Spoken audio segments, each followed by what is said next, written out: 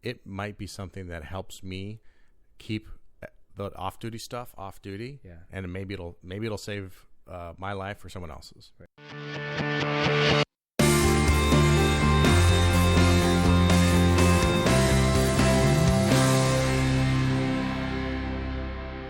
Hey everybody, welcome back to episode 6 of the Squad Room.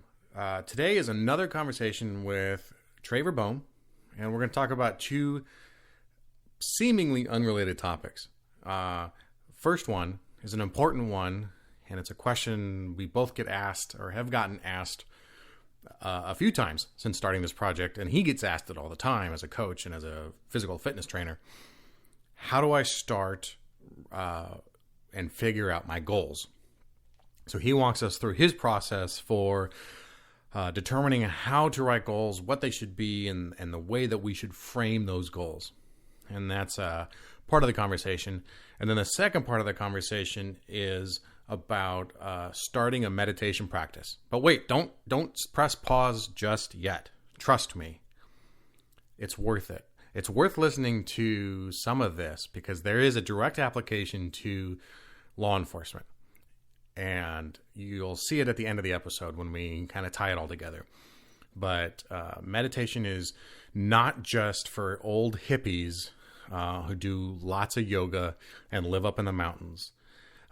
There's a lot of people that I aspire to be like who already do meditation. A lot of them that I've talked about here on the podcast before, like Mark Devine or Eric Reitens or even Greg Amundsen from episode number 3 or even Traver, my coach. So I've tried it. I'm not great at it. I certainly have a long ways to go. It is one of the harder things of this entire process is getting comfortable with the idea of trying this and that I am the kind of person that meditates. But I do find value in it, and we'll talk about that in the episode. As always, if you want to support the show, go to iTunes and leave us a review. Let us know what you think. Shoot us an email at squadroompodcast@gmail.com. Follow us on Twitter or Instagram at The Squad Room, and check out the show notes for this show at thesquadroom.net. Lots of information related to this episode particularly is on our website. Some starters on meditation, some of the apps that I use or have tried, and some of the websites.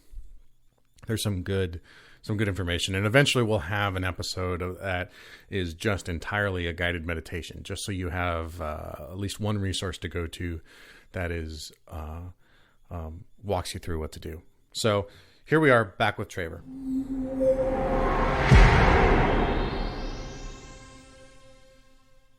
All right, Traver, welcome back. Thank you very much for having me.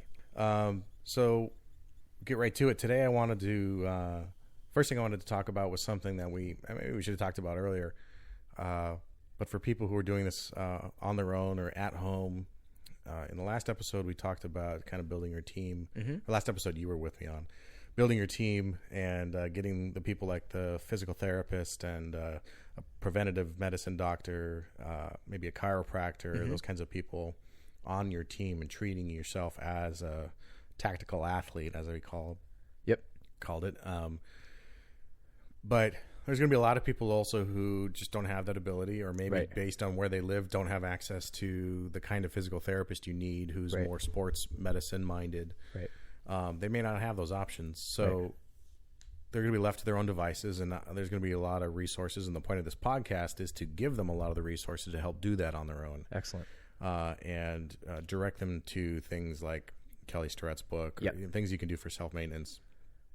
Great resource. But yes, amazing.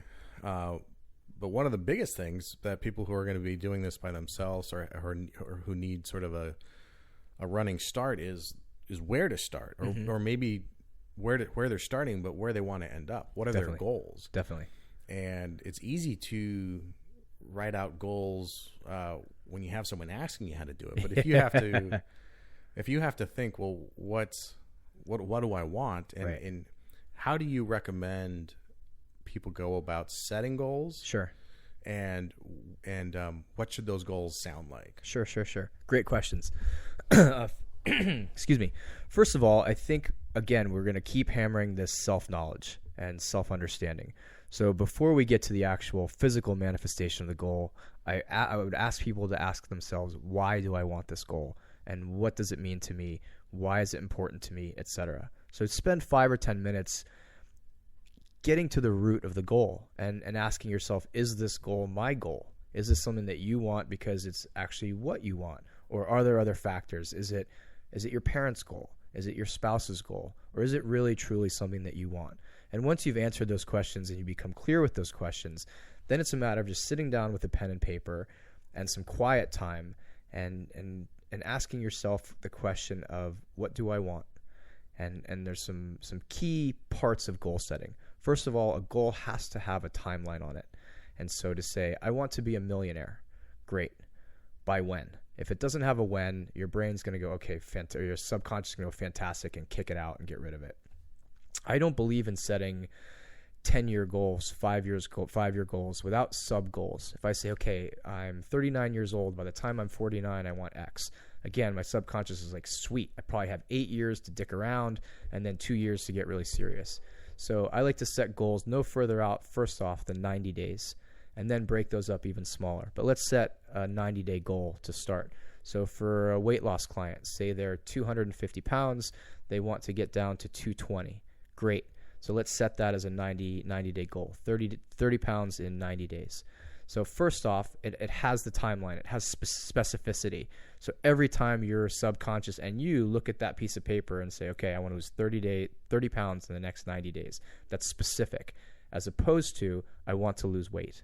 Just think of the difference between the two. I want to lose weight. Okay, that's goal 1. I want to lose 30 pounds in the next 90 days. That's goal 2. Which do you think you can navigate around more easily? Because, and I hate to be flippant with it, but if you say, I want to lose weight, awesome. Lose a pound, and you've done it. You've achieved your goal, but you haven't really gotten to where you really want to go. So it has to have specificity. I would say it needs to be present.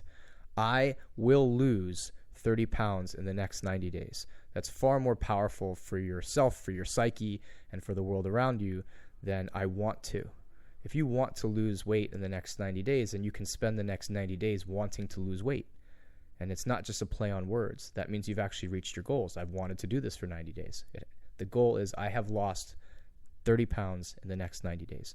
So present, it also has a timeline on it, and it's yours. It's something that you know you want to do. And a great tip that I think I talked about in the first episode I stole from my old coach, Andy Petronic, is it has to be 50% believable, right? So it can't be, I want to make $1 billion in the next 2 weeks, and I'm currently at $10.25 an hour. Your subconscious is going to go, fabulous, let's get that one right the F out of here. And it has to be at least 50% believable. So you can take your long-term end goal of, I want to get from 220 to 180.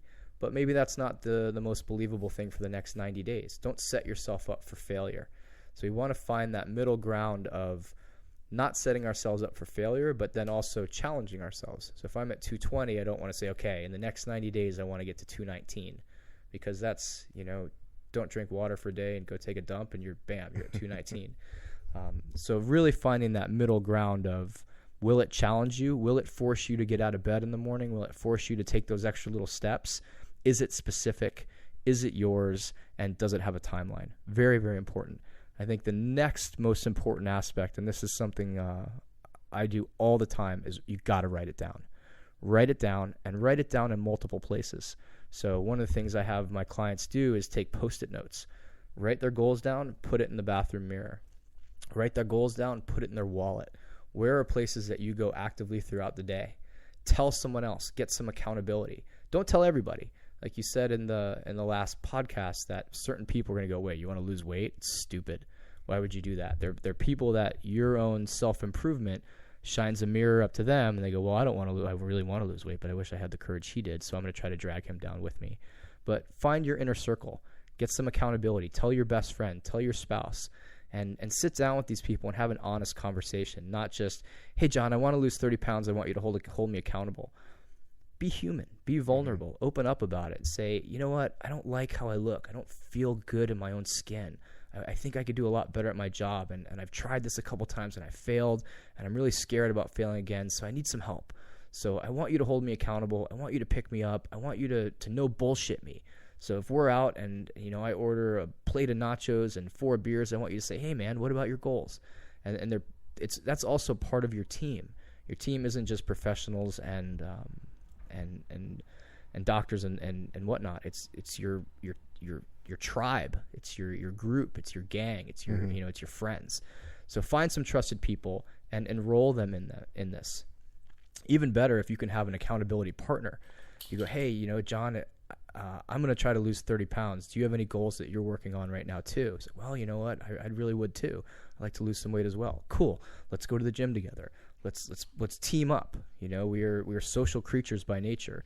We talk about CrossFit all the time and how it sort of changed the map of fitness because people went from training on their own to training in a group. And we all of a sudden found like, wow, high fives and hugs are pretty cool. And so is cheering, and so is having other people. So get some accountability. Write it down. Put it public. Put it every time you open your wallet, I want you to see your goals. Every time you walk into that bathroom in the morning, I want you to see your goals. Those are some big steps. The next one, and this is probably one of the most powerful exercises I've ever personally done, and I'm having you do, and stole this straight up from Mark Divine. Actually did it before I saw he did it, so maybe we both were geniuses just separately. We'll go with that. Yeah, we'll go with that one. Is shoot a video. So actually take a video camera or take your phone or this is the day and age where just about every device on earth can shoot video, and film yourself answering the question of, now that I have achieved X goal, how do I feel? So now that I've lost 30 pounds, literally answer this question. Okay, Garrett, now that you've lost 30 pounds, how do you feel? And tell me about your life. And literally look into the camera and go, oh my God, I feel so amazing now that I've lost this 30 pounds. I get up and down the stairs so much faster. My back doesn't hurt. My sex life is so much better. My wife thinks I'm more attractive. I feel so much better in my own skin. I set a goal, and God damn it, I achieved it. It was hard, but every day I worked. I did everything I could, and I am fucking awesome. I feel so good about myself. You can put music behind this. You can get as creative as you want with it. But I don't know how to quantify this. But watching yourself, your own image, talk about what it's like to achieve things that you may have some question whether you can or not is unbelievably empowering. And it's almost freaky. The first time people watch, they go, I feel stupid. I just watched myself on film. Second time they watch, they're like, wow, it's really interesting. Third or fourth time, like, wow, I believe it now because I know the guy sitting on the screen. I'm looking at him. He looks a lot like me. And he's talking in this way that wow, I didn't even know I could talk. And it changes you. It goes back to swallowing all of this and really taking it down deep into your core of belief. And if you believe that you can lose 30 pounds to the last micro atom of you, then come hell or high water, you're going to do it. So just to recap, 90 days. Let's just forecast out that far. Make them present tense. Make them yours. Make them 50% believable. Write them down. Get some accountability. And then the last is to shoot that future me video and then actually watch it. Watch it over and over before every one of your shifts, before you go into work. Watch it. When you wake up in the morning, watch it. The more you see yourself, the more you're going to believe it. The more you believe it, the more it's going to come true. And that's an easy thing for people to do, the video. I mean, it's just everyone's got a smartphone now. It is and you just so easy. Put it on the video mode and you can shoot a little video selfie talking about it. It doesn't have to be anything intense. Nothing. But it is one of the areas where I get the most resistance. I totally get that. Yeah. It is unbelievable the excuses that come in about, whoa. I even have a guy that runs an internet marketing company. So he has professional videographers in his office. He posts videos all day long for his company and says, that's it. Blah, blah, blah, blah. Like, no, you just don't believe. You're afraid of the outcome, or you're afraid of what your life's going to look like when you reach this goal. So you're not doing it. But once people do it and get over this stupid fear of, well, first of all, no one's going to have to look at this. That's everyone's fear. Like, oh God, what if this makes it on YouTube? And suddenly there I am talking about how awesome I am. Yeah. Fuck it, put it on YouTube. You really want accountability, make it public. Yeah. But you don't have to. This can literally be just your private thoughts and your private feelings. And that's probably why people have a problem. It's private thoughts and feelings. Yeah. And those can be Yeah. Those can be scary. It's real if you're saying it back to you. It becomes very, very real, and then you actually have to do it. Think of that scene in Fight Club where the guy where Tyler Durden has a gun to the back of the guy's head and said, "I want you to enroll in veterinary school or whatever it is by tomorrow." Like, that's leverage. And when you look at your own face telling you, okay, I've lost 30 pounds and this is how fucking awesome my life is, it gets real. And that can throw you. Cool. Do it anyway. Do it anyway, people. Do it. So you had me start this week on meditation. Yes. So we met off of, we didn't record, but we met briefly, and you gave me your kind of like your very how-to version. Yeah. Your early one. You gave me a goal of 5 minutes a day, 5 minutes a day. And happy to report that I did that. Excellent. Good for you. And actually I was doing 7 minutes. Excellent. But there's a lot of people, just kind of like we just talked about with recording yourself talking about stuff, who are going to cringe and raise an eyebrow, or they've already turned us off when they heard the M word, meditation, right? This guy doesn't want me to drink and wants you to meditate. He's a fruitcake. Yeah. So I'm, of course, part of the whole point of this project is to be open to anything and everything that might be a force multiplier in living the optimal lifestyle that I want to lead. Yeah. So I'm game. Good. But I know that a lot of people aren't. Yep. And I guess I can give my very basic experience over the last week. Sure. But I do know coming into this that there's a lot of people that I look up to and that I respect who do meditate. Excellent. Me too. Yeah, and as I go, it's people you wouldn't expect, and you have to think that if some of these people are engaged in this, there's got to be something to it, and and a lot of them use much more masculine talk or titling of it than I think to overcome that misperception, right? That it's a kind of a hippie new age practice, right, all done by men in their 40s who do yoga all day long, and women in flowery dresses who live on a commune. Right. The people I'm thinking of who I know meditate are, like we already talked about him, Mark Devine, former SEAL team commander and the owner of SEAL Fit. Yep. He is big on it. And he's even said in his podcast, his SEAL Fit podcast, that meditation, I don't know how he said it, but I'll paraphrase, meditation's not for pussies. Right. Because it is hard. It's challenging. But if it's something that he was doing actively when he was on active duty, obviously there's some benefit and there's some translation to me, not only as a guy, but also as someone who has a position where you're confronted with not even close to the same stuff, but that same mindset. You need to be in that same mindset as, in law enforcement, you need to be in the same mindset sometimes as one of our warriors, right? Not all the time, but sometimes you need to be able to turn that on. So he's one of them. Other people, Tim Ferriss is someone who I'm a fan of, the author who wrote 4-Hour Body and 4-Hour Workweek and 4-Hour Chef. He really ascribes to it and encourages it. And he's had it on his podcast talking about it. And then the guests on his podcast, who are billionaire hedge fund managers and Silicon Valley tycoons and high-level MDs, they all meditate. So, and they're, and I'm thinking all males too. And obviously, I hope not just males are listening to this, but that is the group that I think is going to be that has the hardest chance of believing that this is a value. Yeah, for sure. So, with that, I guess I'll tell you my experience, and then we'll maybe try and walk people through your how-to so that they can try this on their own sometime. Sure. I'll post on the show notes some resources to go through or to kind of find some more information on it. I'm still just scratching the surface of learning this, so it's a learning process for me too. So happy to have your input, but and I should say too, I've tried sporadically some sort of meditations before, or guided meditations Mm-hmm. usually, and I've enjoyed them. Usually because it just means it's 5 minutes of peace and quiet. Mm-hmm. But that's actually a real value. Mm-hmm.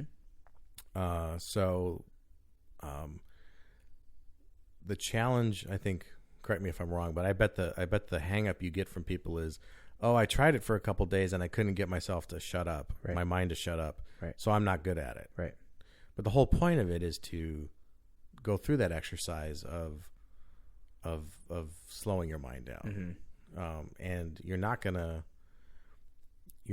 first time all of a sudden have this inner peace. That's not gonna work. Nope. And there were days for me where I actually achieved 20 seconds, Mm-hmm. 15 seconds. That's brilliant. Where I don't think I thought of anything. Right. Where I was just kind of in it. Right. And feeling like, but then 20 seconds in to that space, some little thought would creep into the back of my mind and then come to the forefront. And then all of a sudden I'm thinking about something and I have to draw that back. And there were other days like yesterday, where I didn't have a moment of silence in my head. Mm-hmm. A lot going on, running late, Right. have my to-do list going on in my head. And I just could not get myself to calm down. It's okay. But even then, at 7 minutes, felt value in it of just enough to close my eyes. And even if it was just kind of running through some of the issues that I was thinking through in my head, at least I had 7 minutes devoted to working some of that stuff out. Now that was obviously not the intent of meditation is to do that, but that's kind of what it became. Mm-hmm. So even though I quote unquote failed at achieving some inner silence that day, I still got a lot of value out of it. 7 minutes passed like it was 3 minutes, Mm-hmm. and I felt better. Mm-hmm. Felt a little bit more ready to take on the day, and so I've been a fan of it. I've had to do it, and I can't do it at home some days because I get up early, and every minute of when I wake up in the morning, the kids are still asleep, and I get to go off to work. Every minute I'm in the house and I'm not leaving is risking them waking up and getting up at 4 a.m. and waking up my wife, etc. So I leave the house to do it, and I will actually go sit in my car before I get off to work, Mm-hmm. and that's worked just fine. So even if I'm just sitting in the car, Mm-hmm.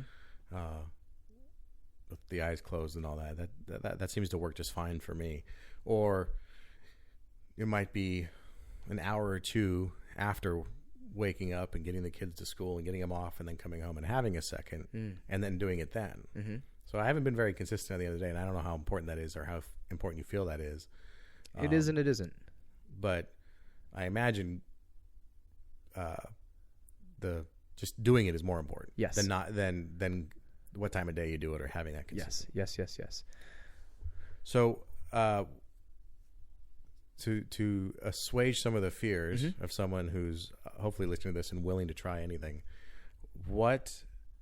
how long have you been doing meditation? Sure. What kind of prompted you to start doing it? Sure. The benefits you've had. You even went to a retreat. Yep. Multiple. So talk about that maybe, and then how you recommend someone start scratching the surface of trying to look into this or trying to try this. Sure. So I'll give you a quick history of myself. I believe, like most white kids from Connecticut, I got into it through martial arts and through realizing that, Bruce Lee did it, Chuck Norris did it, and, reading books like that in high school. This is all pre-internet, and thinking, okay, there's something to this. And first it was the mysticism of it. It was, the Kung Fu masters would meditate for hours a day and they could levitate and throw fireballs at each other. Awesome. That's what's going to happen to me. Sort of like sounds nice. Yeah, sort of like getting the Force. This is from Star Wars.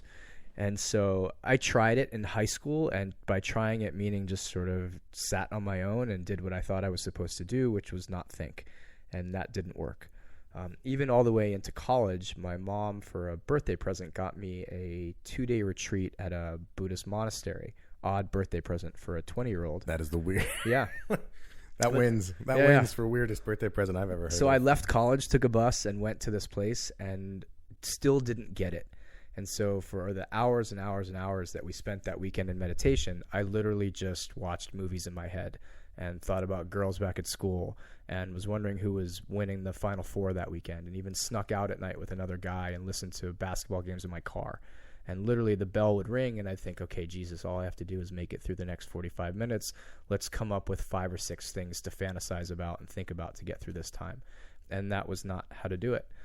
And it really wasn't until grad school where I was studying acupuncture that I got more into it. And oddly enough, what got me into it was the fact that I was also fighting.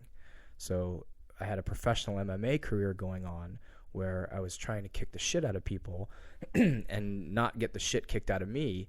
And one of the most important aspects of that training were the 2 or 3 hours a week where I would actually go to this woman's house at 6 a.m.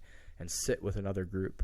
And that would keep me calm enough throughout those days that I wasn't fixated on what's my opponent doing, what should I be doing, what happens if someone throws a right hook at me, what happens if I lose in front of my friends, what happens if I get my head broken in. All of these thoughts that were randomly coming into my head and were driving me insane, in addition to grad school, in addition to work, I found this hour of peace. And for an hour, the volume in my head got turned down. And that's a really important way to think of it. Like you talked about for law enforcement, that you have an earpiece in and all day long someone's chirping on it, whether it's for you or someone else. Well, guess what? We all have that. It's called our brain. And ask someone, how long can you go without thinking? And it's maybe a second, maybe it's 2, and it's just this blah, blah, blah, blah, blah, blah, blah, this constant noise. So I did it in grad school, and I threw myself into it, and I started to understand it, that one, this isn't about not trying to think. That's not the goal, and that will just trip you up. And 2 quick stories of why I knew it was powerful. As an undergrad at the University of Vermont, I watched a talk on Buddhism, and this was maybe an hour-long talk, and there were speakers up on this panel, and there were all these people talking, and there was one guy that for the entire fucking hour did not move. And he was a white guy with a beard. He wasn't some mystical Asian guy from somewhere else, but he physically did not move. And I probably moved 725 times in my seat and shifted and got uncomfortable and blah, blah, just squirming through the entire talk. And I just watched this guy and thought, how the hell can he not move? What is going on in his being that lets him do that? Because it seems so much more powerful than I am. And power is an interesting word around meditation.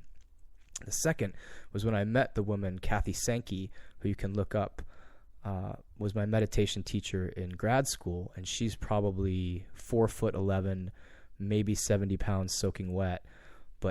And I don't know how to articulate this other than she emanated this power. Like, I would not want to fight this woman. And, even at that time when I was at the height of my training, I just knew she could take me any way she wanted, because she was so much tougher than I was, and so much more grounded, and so much more aligned, and was just something about her seemed so powerful. And I think it was the stillness. So I wanted to find, what do these people have? What is this? Why? What is this sense of power that goes beyond the physical, that goes beyond how much you can deadlift and how hard you can punch? So she actually put on a retreat for 2 days at her house, and it was brutal. We were there at, I believe, 4 a.m., and we got released at 11:30 p.m. And so that's a long day for 2 days in a row. We would meditate throughout the day. There were times every hour we'd get up and do a walking meditation, so you're not sitting the entire time. There were some breaks, but through the entire day was set in silence. So meals, no one was talking to each other at all. Meditation, no one's talking. Walking, no one's talking. No one's talking at all. And the first day, I literally lost my shit. I freaked out. I thought it was a stupid decision. There was really good surf in Manhattan Beach. I told myself, like, why the hell am I here? I'm giving up valuable time. This is a waste of my time. I'm an athlete. I'm not a fucking meditator. And I went a little bit nuts. And then I came back on the second day, and I don't know how else to describe it other than I dropped in and found whatever this feeling was that we were supposed to be attaining. And for the entire day, I was still. I did not want to flinch. I didn't want to shift. I didn't want to fidget. My brain went from volume 9.5 to volume 2. My stomach relaxed. There was such an overwhelming feeling of peace that I had never really experienced, especially as a male, especially as an athlete, especially as a fighter, especially as a grad student. We are constantly doing. Do, especially law enforcement, especially men. Fucking do. That's one of the challenges of getting men to meditate. It's like, well, what am I supposed to do? You're not. You're supposed to be. And for the next 2 days when I sat back in school, 4-hour classes, mind you, which would normally drive me up the wall. I actually quit after my first year because it was too much sitting. I sat perfectly still, didn't fidget, just listened, took everything in. Again, the volume was turned way back down. And day 3, boom, right back to being a squirmy, obnoxious, pain in the ass. But I got it at that point. I really started to get that there is a physical, biological shift that happens when you turn your brain down or you just engage in this practice. So that's a little bit of my experience of it. I prescribe it to every student and every client that I have and get more resistance, as you said, from that than from shooting the Future Me videos. People struggle with this, and they struggle with it because they think that the goal is not to think, and that's not the goal at all. That's actually impossible. It's like, okay, for the next 5 minutes, I want you to not breathe. Good luck with that. Awesome. Everybody's going to fail. The goal is, well, first let's knock out some of the resistance. This is not a religious activity. So I've had people say, well, I can't meditate, I'm Christian. I can't meditate, I'm Muslim. Whoever your God is, you didn't give a fuck if you sit down quietly and turn your brain off. Never even thought of that as an issue. Yeah, the actual act. It's the same reason a lot of parents get upset that there's yoga taught in elementary schools because we're pushing. It's a whole other conversation. All you are doing is not prescribing to a dogma. You are sitting and viewing the difference between your thoughts and who's thinking them. And that's a very important distinction to make. There's a distinction between the brain and the being. And the brain, this is another Gavin de Becker line, he said that your brain is like a chainsaw, which is a fantastic tool. What does the brain want to do? Solve problems. Give me problems. Let me fix shit. But what happens when you have that same chainsaw going on in your head and is at 10 p.m. when you're trying to sleep? That's not a good tool to have on. So can we use it as a tool? Okay, I wake up in the morning, I go to work, it's time to turn the chainsaw on.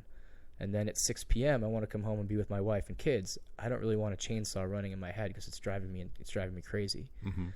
And the things that get that chainsaw going and make it louder and make it more of an overwhelming force in your life is stress, is challenge, is emotion, is drama. Say you get in an argument with your superior at work. What happens when you go home?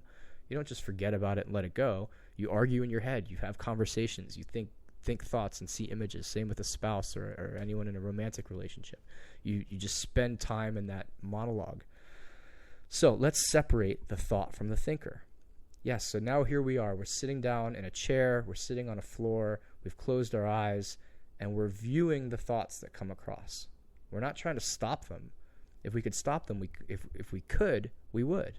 Right? Try not to think. Okay, who managed that? Well, why couldn't you? If you're in charge of your thoughts, right? If I'm in charge of moving my left arm up and down, I can consciously say, okay, I'm not going to do that. But thoughts emanate from somewhere else, so we cannot stop them. What we want to do is view them as if, and this is the example I gave to you, as if you were sitting at the gate of an airport, and there are people who have just gotten off the flight at your gate, and they're walking by you. You notice, okay, there's a woman in a red dress with a bag. Okay. She just walks off and then she goes about her life. But if she were a thought, say, I have to do my laundry today, it's as if you physically get up, follow her outside of the airport, get in the car with her, drive to her house, and start living her life with her. Because the thought is, I have to do my laundry. Shit, I wish I had more detergent. God, I got to get better about my time management. I can't believe it. And then we're off. Then we're watching a movie.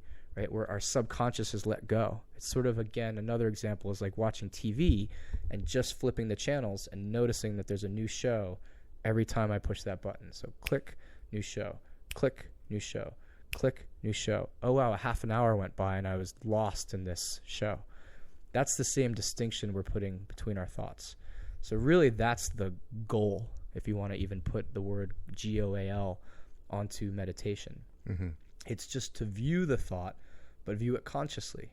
Okay, I know I have to do my laundry. It's like that came across the screen of my mind, and I'm just going to let that go and then come back to being me, come back to my center, come back to following my breath. And now another thought comes up. Oh, it's the kid's birthday coming up. I need to get a cake. Okay, as opposed to now running to the store mentally, purchasing the cake, and then stressing out over how many kids are going to come, and then wherever that takes you, whatever wormhole. It's just letting that thought go. And so what this does over time, if we stick to it, and think of meditation just like exercise. Once a week for training, you're not going to get that much of a result. And we're talking 5 minutes a day for most people is all they can handle. Now imagine if you did it twice a week. Now imagine if you did it 3 times a week. Now imagine if you did it 3 times a week for a year. How would that change you as an athlete? Now imagine if you did it 3 times a week for 10 years. Now how different of an athlete are you? Can you feel the nuance when you do a snatch between if your hand is an inch to the right or an inch to the left? Yes, you can. But in the first week, all you're trying to do is get the weight off the floor.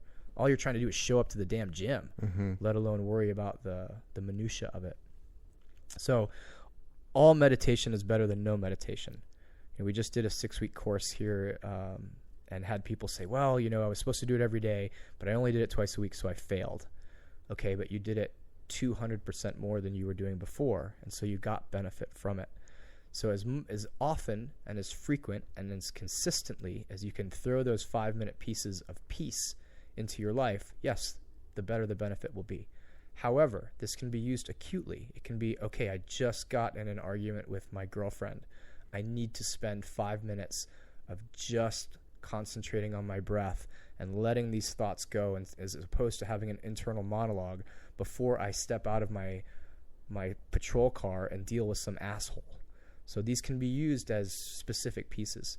But just like fitness and nutrition, they should be a daily part of your life. So you recommended get up. Mm-hmm. The best time for me has been, of course, first thing in the morning. Get up, use a bathroom, hit the head or whatever, and get a comfortable spot. You want it seated.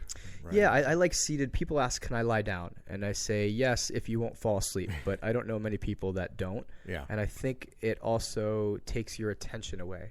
So this should not be complete relaxation. So what I do is if you don't have a meditation mat that you sit on, then sit on the edge of a chair with your spine erect.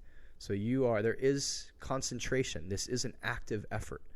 And if you're holding your shoulders back, your chin back, and you're in a really good structural alignment, then first of all, your musculature is not responsible for holding you. So when that fatigues, your mind doesn't fatigue, right? It's like putting a 300-pound back squat on your back and just standing there. Yeah, you got to stand at attention. But if we bend you over a little bit, you're not going to be able to hold that for very long. So I recommend first thing in the morning because your brain hasn't really kicked on. So I will never meditate after. Or I would not say never. I don't like to meditate after checking my email. I don't like to meditate after turning my phone on. Why? Because sometimes there's crisis, or it's perceived crisis. Like, oh shit, I've got to answer that email. And you know what I think about for the first 10 minutes of the meditation? I write the damn email reply. Right. But if you just come out of bed where you're just waking up and the day hasn't had a chance to assault upon you yet, then it's your time. It's you. It's just you and your being. It's just you and your thoughts. You're naturally a little bit more calm. So sit at the edge of your chair. Your hands can be relaxed in your lap or on your legs. It doesn't really matter. Don't get lost in the minutia of it. It's what's happening in your mind and in your being, not so much as your body. And I recommend just following your breath. And now what the hell does that mean? Count them. So breathe out on a 1 count. 1, 1, 1, 1, 1, 1, 1, 1, 1. Breathe in on a 1 count. 1, 1, 1, 1, 1, 1, 1. Breathe out on a 2 count. 2, 2, 2, 2, 2, 2, 2. And what that does, especially in the beginning, it just gives you something to focus on that's specific. Most people will make it to about 1.5 and then start thinking about their day. So it's 1, 1, 1, 1, 1. God, I got to do my laundry. Shit. Okay. So that happened. Let's not judge it. Let's not go, fuck, I suck at meditation. I'm never going to do this. This is so stupid. I can't believe that guy wanted me to not drink and do this on that stupid podcast. Just let it go. Okay. So I'm back to 1. 1, 1, 1, 1, 1, 1, 1. And just keep doing that. Focus on it. Always focus on coming back to your breath, coming back to yourself, coming back to the silence, coming back to the peace that you can try to find in your head. If thoughts are just ripping through you, just be aware of that. It's that A point we talked about in the first talk of where is your A point A to point B. Your A point is that your mind is so used to wreaking havoc on you. It's like a unruly toddler. oh wow, now you're going to put me in the corner and tell me that I can't do this? Okay, well, let's start ripping shit up around here and see who's in charge. So I believe that second weekend I did kind of broke my brain. And my brain was like, all right, I get it. I'm now the beta around here. So I'm not going to kick and scream and fuss. And now after doing it, I've been engaged in probably an hour a day of meditation for the last 2 months because of some stuff that's happening in my personal life, and have found that the end of those 2 months, the sense of peace and the nuance of the peace and the nuance of the silence is so much richer and deeper in ways that I actually, as someone who's very word-oriented, can't articulate. And I'm excited just for myself to see what happens in a year if I keep this up, or 2 years. Oh, what happens in 5 years? That's where I could get to the point where my teacher was, where she was sleeping 3 hours a night because she was engaged in so much meditation, where she wasn't really psychic, but just had such a sense of the world around her on a deeper level, which you think for your job, where you guys have to trust your gut so much. You have to trust your instinct and your intuition so heavily. Do I really want to walk in this door, or do I want to call for backup? Something about the situation doesn't feel right. Let's get you guys out of your heads where it's this constant barrage of noise and being assaulted, and get you dropped down into this sense of peace and this sense of sturdiness, this sense of groundedness, and then let you make decisions from there. Absolutely. One more really important point as a benefit of meditation is not just the patience, which I will tell you is extraordinary after you've done it for a little while, what you are more patient with. But what you develop, and this is crucial in your work, is a sense of pause between stimulus and reaction. So if someone bumps into you in the parking lot, you have an immediate choice. Most people fly right off the handle, right? Someone took their parking spot. Holy shit, people kill each other in this country over parking spots because there's immediate reaction. I can't believe they just did that. It's all about me, blah, blah, blah. I'm going to get them. So for someone in your profession to be able to have, it's like someone actually pushing a pause button on a remote control and you sitting back and go, okay, he just called me an asshole. I could do one of three things, two of which are not going to be good. The third one is the highest way to go. That's the one I'm going to choose. Okay, cool. Let's push play. Play. Sir, I can't let you do that. Here we go. That is an extraordinary skill to have as a human being, and an even more extraordinary skill to have both as a parent and truly as someone that interacts with the public in a way that has danger. Yeah, it seems like it's something that the guys who do it that we already mentioned, it really brings out their emotional intelligence, or emotional courage is another way to say it. Yeah. And demonstrated in that ability to pause and process a reaction. Yeah, one benefit I've found just in the short time that I've been doing it, and I think that would relate to officers who are listening to this so that they can understand maybe a direct application of it, is that we often talk a lot about, when you're at work, you need to leave your home life at home, and you can't bring that baggage with you into the patrol car, because if you are preoccupied with a fight with your wife or bills, or maybe the kids are sick, it might affect your response to something. It absolutely has to. And we usually preface it in the survival. That's how we kind of talk about it. So what I mean is, if you got all that stuff going on in your head about your kids being sick or the bills or a fight with your wife, you may not notice the guy with the gun when you do the car stop and you walk up on the car, because your head's not in the game. Right. And to keep your head in the game, you got to stay focused on what you're doing at work. And for people listening who are wondering if this can apply to them, it absolutely does. And I have felt a benefit of being able to kind of keep that other stuff off duty, and that when I do it and then I go into work, I am much more present, and that's the key word. Yeah. And I can focus on what the task at hand at work. Right. And that task at hand might be noticing the guy with a gun, right, or the knife in the guy's pocket, right, on the contact. And that might be the thing that saves my life. Right. Or your partner's life. Or my partner's life. Yeah. So that is a direct application and why it could be very important to us. And anything I can do to be more aware at work, keeping my head on a swivel and aware of the threats around me, I'm game. Yeah. So if you're out there and you started this episode, you're still listening as not a believer, and you're still listening, that is from one cop to another. That is one of the most direct applications that I've found. Yeah. That it might be something that helps me keep the off-duty stuff off-duty. Yeah. And maybe it'll save my life or someone else's. Right. There is no profession. There is no place in the human experience where being more present isn't valuable. And sure, we can talk about all of the distractions from cell phones to media to you name it, to we are not a present society. We try to disengage in every avenue, every area we can. You get home from work, you crack a beer, you turn the TV on, right? We are unpresent in our relationships. We are unpresent in our jobs. We are unpresent in our bodies. So presence, the sense of this is exactly what's happening at this exact moment with no other extraneous bullshit, will lead to a higher quality of life for absolutely anyone, no matter what your position or what your goals are or what your standing is in life. It is unbelievably powerful.